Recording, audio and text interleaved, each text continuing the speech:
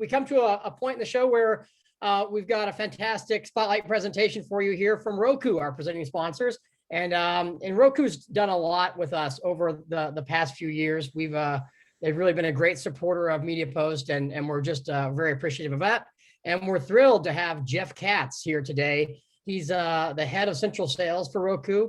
And Jeff's going to take about 10 minutes to share with us 3 key updates for the CPG marketing segment with his session From the Living Room to the Shopping Cart with Roku. Jeff, are you there, my friend? I'm here. Can you see and hear me okay from Chicago?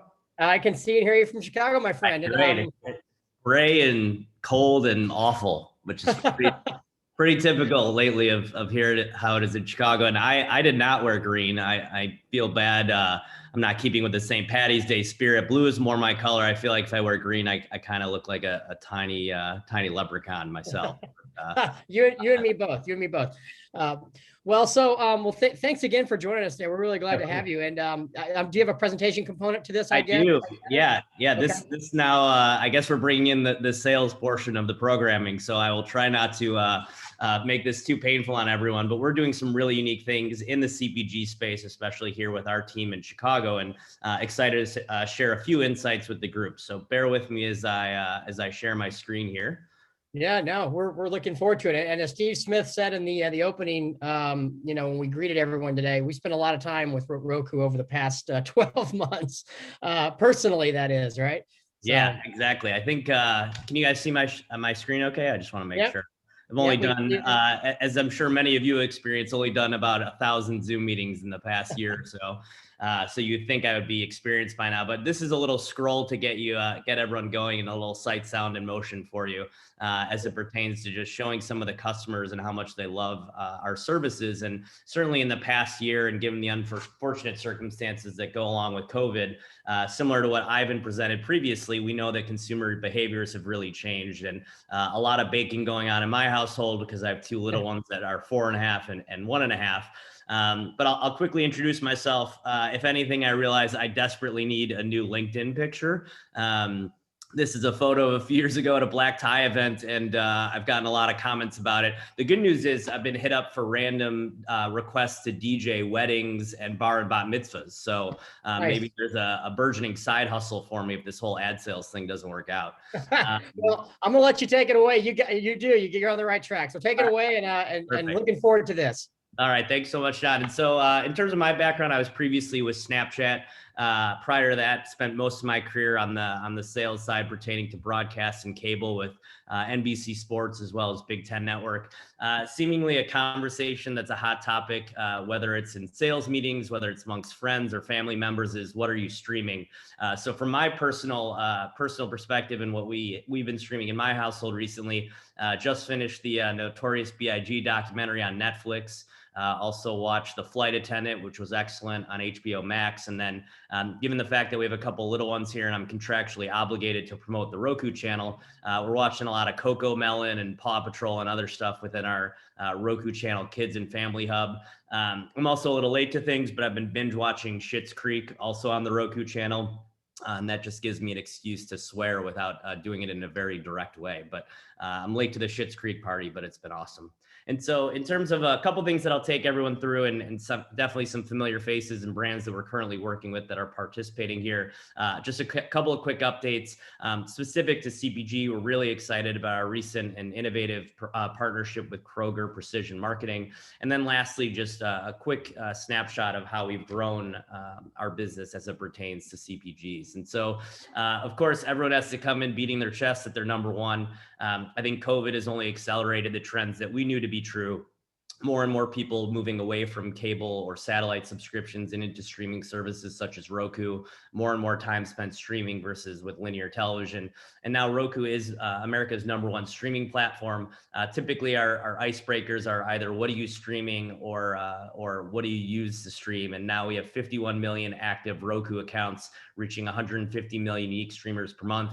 Not sure if Ivan's still on the line, but one of my personal icebreakers is what's your favorite cereal? And I'm a big Cinnamon Toast Crunch guy. So I thought I'd plug Ivan and the General Mills brands for that. In addition to our sticks and pucks, which originated back in the mid 2000s, 38% of all smart TVs sold in the United States actually license Roku's operating system, which is now makes us the #1 smart TV sold in the US, going on 3 years now. So this isn't breaking news. You're all experienced marketers and read the trades and attend great events such as this. But the growth of streaming is only accelerated with with COVID and some of the shelter-in-place orders. In Q4 alone, Roku saw 17 billion hours streamed on our platform. That's across subscription services like Netflix, Disney Plus, etc., as well as ad-supported channels such as the Roku channel, Pluto, Tubi, etc. And in terms of for CPG specifically, we're really excited about our innovative first to market partnership with Kroger Precision Marketing.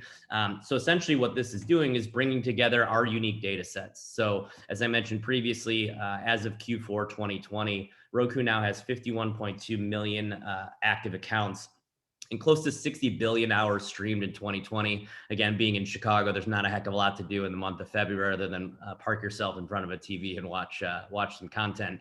And then matching that to Kroger, who is, all of you know, is the #1 grocer in the United States. So there's 60 million households. And most importantly, they have really rich data when it comes to 96% of all sales are tracked through loyalty cards. So bringing together our PII from those 51 million active and registered Roku accounts, matching that to Kroger's data set, and then what we're able to do for brands in the CPG space and what we did for a pretzel company as our initial beta partner is run media on Roku, pass back those exposure files to Kroger for closed loop measurement. We could do certain things like identify specific category buyers, lapsed buyers, competitive conquesting. And as you'll see here, we're starting to see really promising results. So 2.5x return on ad spend or ROAS, 68% more spent on the product by households exposed versus the unexposed group. And targeted shoppers on this campaign spent 5x more on the product.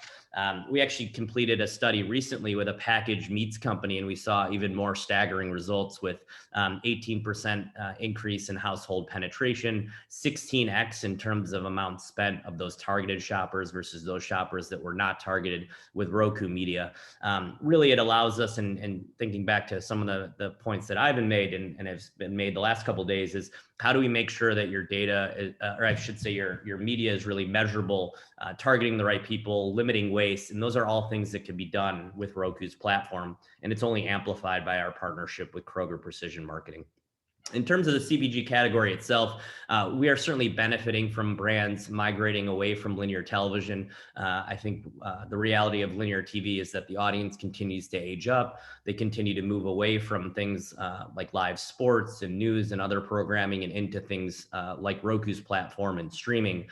In terms of the category itself, again, we benefited from increased spend year over year of about 64% from 2019 to 2020. And that's primarily due to the fact that not only has there been a pretty massive deterioration of linear television ratings, but also because we could provide measurable media.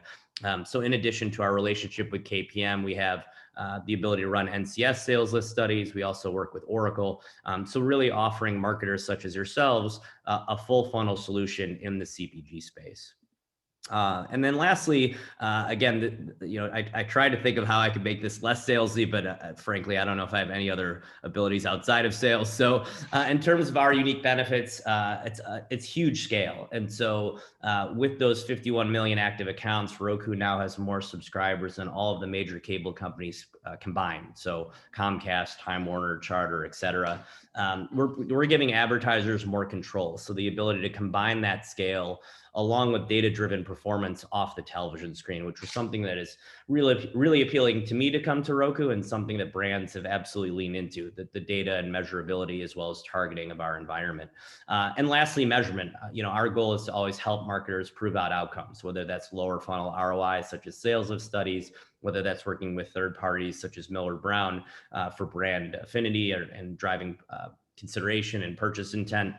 And then the last plug I'll mention is we recently announced our intent to purchase Nielsen's advanced analytics tools or advanced video tools, which will now allow us the ability to help fuel their total advertising solution. So they're one solution that's going to be rolling out. So it speaks to the scale and validity of Roku's data from those 51 million active accounts. So that is it for me. That's our big purple sign off right there. John, I tried to go as quickly as I could. I am caffeinated, so I apologize if I went too fast. I know we're not, I don't believe we're taking Q&A, but more than happy to answer any questions either in this setting or as a follow-up as well.